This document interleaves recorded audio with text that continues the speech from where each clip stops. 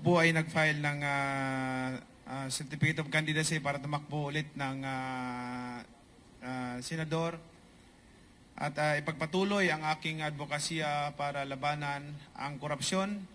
At marami po tayong sa aking panunungkulan sa Senado nung nakaraan ay mayroon po tayong investigahan ng mga korupsyon sa ilang ahensya ng ating gobyerno at mayroon tayong inabolish na ahensya ng gobyerno na source of corruption, which is yung road board. Inabolish natin dahil redundant siya sa trabaho ng DPWH. Not only that, inimbestigahan natin yung issue ng road right of way na malaking halaga, billions of pesos ang ninanakaw doon. Ang daming anomalya. At hindi lang po yan, marami tayong mga ebidensya, yung mga korupsyon na hindi katanggap-tanggap sa aking damdamin na makita dito sa ating bansa. Dahil ako'y naniniwala, kaya naghirap ang ating bansa, kaya naghirap at nagdusa ang sambayanang mga Pilipino. Maraming mga walang trabaho, bagsak ang ekonomiya natin dahil po yan sa korupsyon. Ang korupsyon talaga ang kanser ng ating bansa.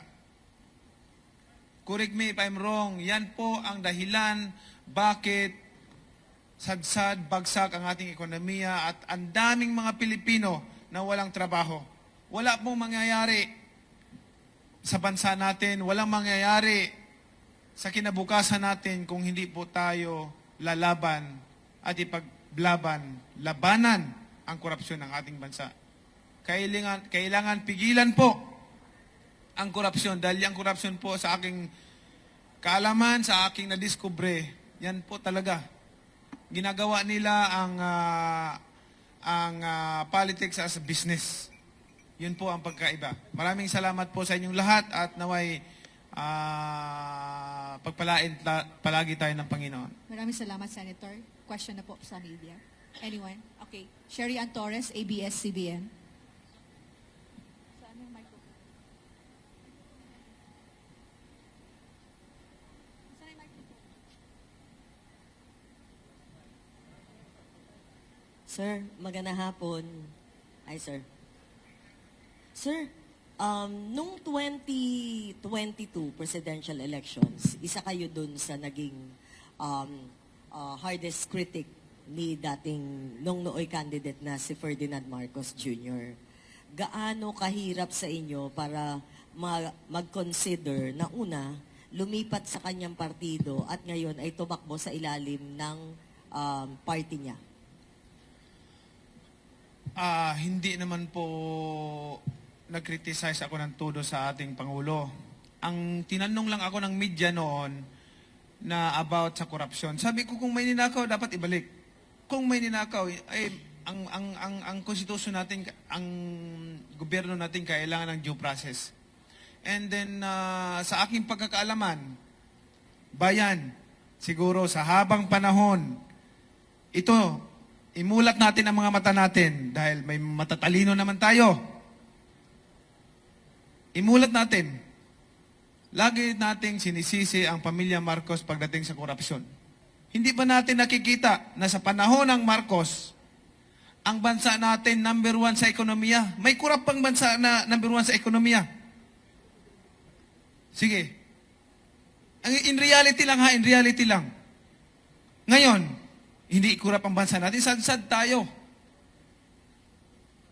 For how many decades, pabagsak ng pabagsak ang ekonomiya natin.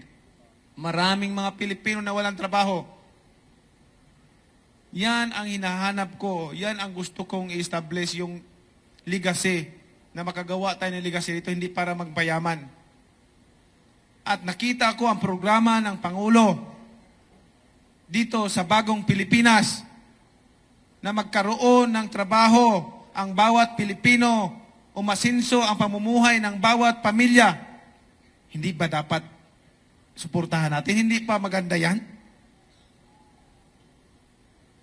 Sa lahat ng mga nag-criticize sa ating administrasyon, Mag-isip po tayo. Hindi ito labanan ng bawat pamilya, kundi ipinaglalaban natin dito ang kinabukasan ng ating bayan, kinabukasan ng sabayan ng Pilipino.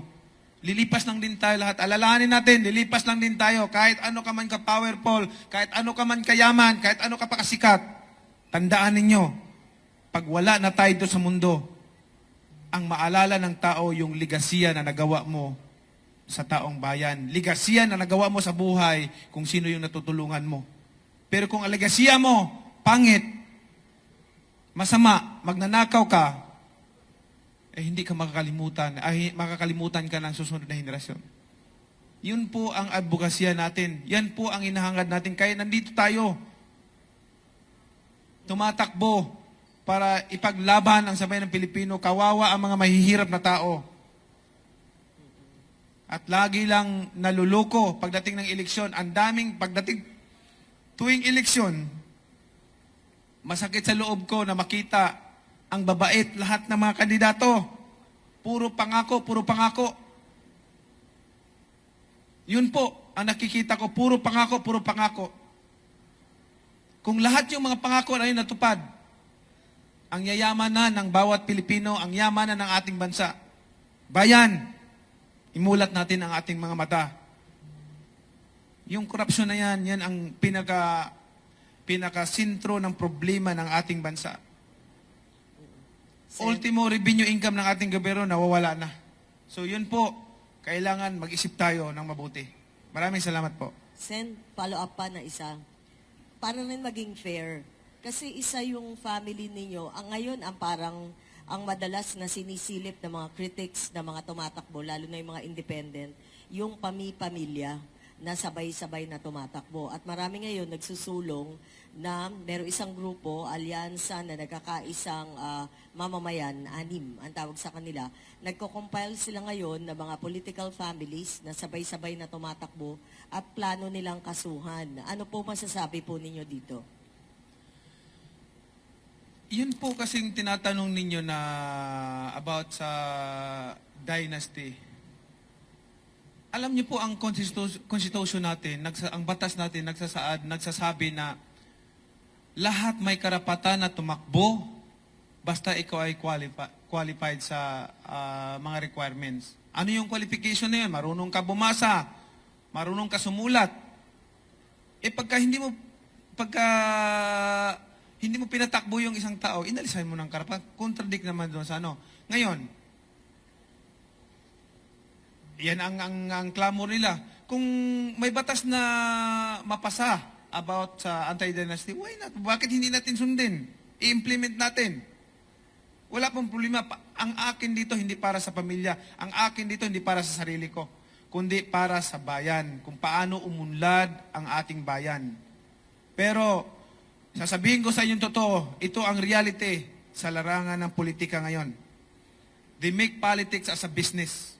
98% o 99% dito sa bansa natin. Hindi ko naman nila lahat. Mayroon namang mga honest dyan. Pero pag nandyan na sa posisyon, gahaman sa pera, gusto magpayaman, at hindi iniisip ang kinabukasan ng mga Pilipino. Iniisip ang kinabukasan ng sambayan ng Pilipino at sa mga susunod pang henerasyon. Katulad ng sinasabi ko, ulitin ko ulit, tandaan ninyo, lilipas din tayo dito sa mundo. Wala tayong madadala. Kahit ano ka pa kayaman, kung sino ka man, wala tayong madadala dito sa mundo, doon sa hukay, sa libingan natin. Yan lang po, alalahanin natin. Maraming salamat po sa inyo. Sir, one last question, very quick. Robert Mano, Teleradyo. Very less than 1 minute, okay? Hi sir, magandang hapon. Mabilis na tanong lang sir, kung pag nagbo-boxing kayo, naabangan ng public yung inyong laban, sa pagbabalik nyo sa Senado, ano yung mga dapat nilang abangan, yung mga panukalang batas na ipupush po ninyo? Thank you. Alam mo, may mga importante akong batas na naipasa nung ako ay senador. Mayroon tayong naipasang 51 laws na sa Senado. At isa sa pinaka-importante doon na gusto ko yung Bible holiday, and then yung pangalawa yung OFW handbook na hindi hindi pa na-implement. Maganda sana yon para protection sa ating mga OFW. Para in case na may mga emergency, mayroon silang matawagan, mayroon silang masasandalan. Dapat, I'm hoping na magkakaroon na ng budget at ma-implement na yung OFW handbook. Maraming salamat po sa inyong lahat sa pagkakataon na to. God bless.